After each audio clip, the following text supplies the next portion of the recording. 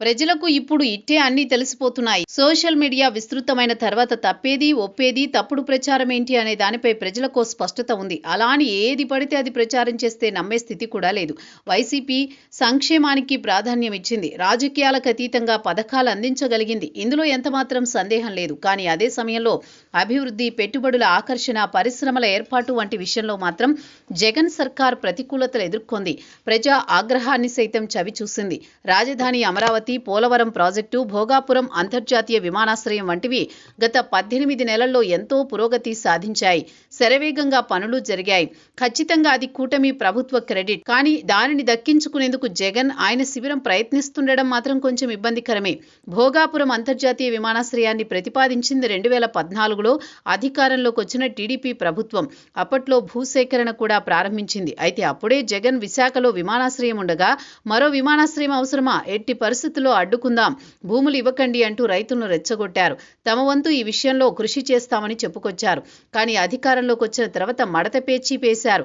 2024 ఎన్నికలకు ముందు హడావుడిగా మరోసారి ఎయిర్పోర్టు నిర్మాణానికి శంకుస్థాపన చేశారు. కానీ టీడీపీ కూటమి అధికారంలోకి వచ్చిన మరుక్షణం ఈ విమానాశ్రయం పూర్తి చేసేందుకు కృషి చేసింది.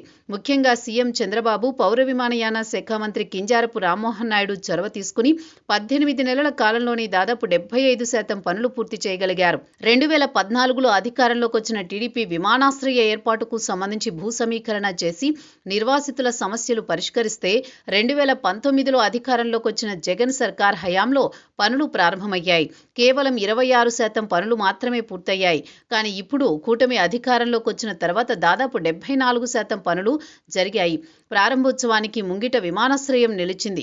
అయితే జగన్ నాడు వద్దన్న విమానాశ్రయం పూర్తయింది. కానీ దానిపై తామేదో కృషి చేసినట్లు అర్థమొచ్చేలా సోషల్ మీడియాలో ట్వీట్ పెట్టారు. కానీ ఆ మరుక్షణం నుంచి భోగాపురం విమానాశ్రయం విషయంలో జగన్ వ్యతిరేకంగా చేసిన వ్యాఖ్యలు వైరల్ కావడం ప్రారంభమయ్యాయి. రేపు అమరావతి, రాజధాని, పోలవరం ప్రాజెక్టు విషయంలో కూడా అలానే క్రెడిట్ వేసుకుంటారా అనే ప్రశ్న కూడా ఎదురవుతోంది. ఎందుకంటే అమరావతి, దానిని ప్రారంభించింది చంద్రబాబు, నిర్వీర్యం చేసింది జగన్. పోలవరం ప్రాజెక్టు పనులు ప్రారంభించింది బాబు. జగన్ హయాంలో నత్తనడకన సాగాయన్న విమర్శలున్నాయి. ఇప్పుడు ఆ 2 ప్రాజెక్టులు 2028 నాటికి కొలిక్కి వస్తాయి. ఇప్పుడు కూడా జగన్ వాటి క్రెడిట్ను తమ ఖాతాలో వేసుకునేందుకు ఇలానే ప్రయత్నిస్తారు అన్న కామెంట్స్ వినిపిస్తున్నాయి.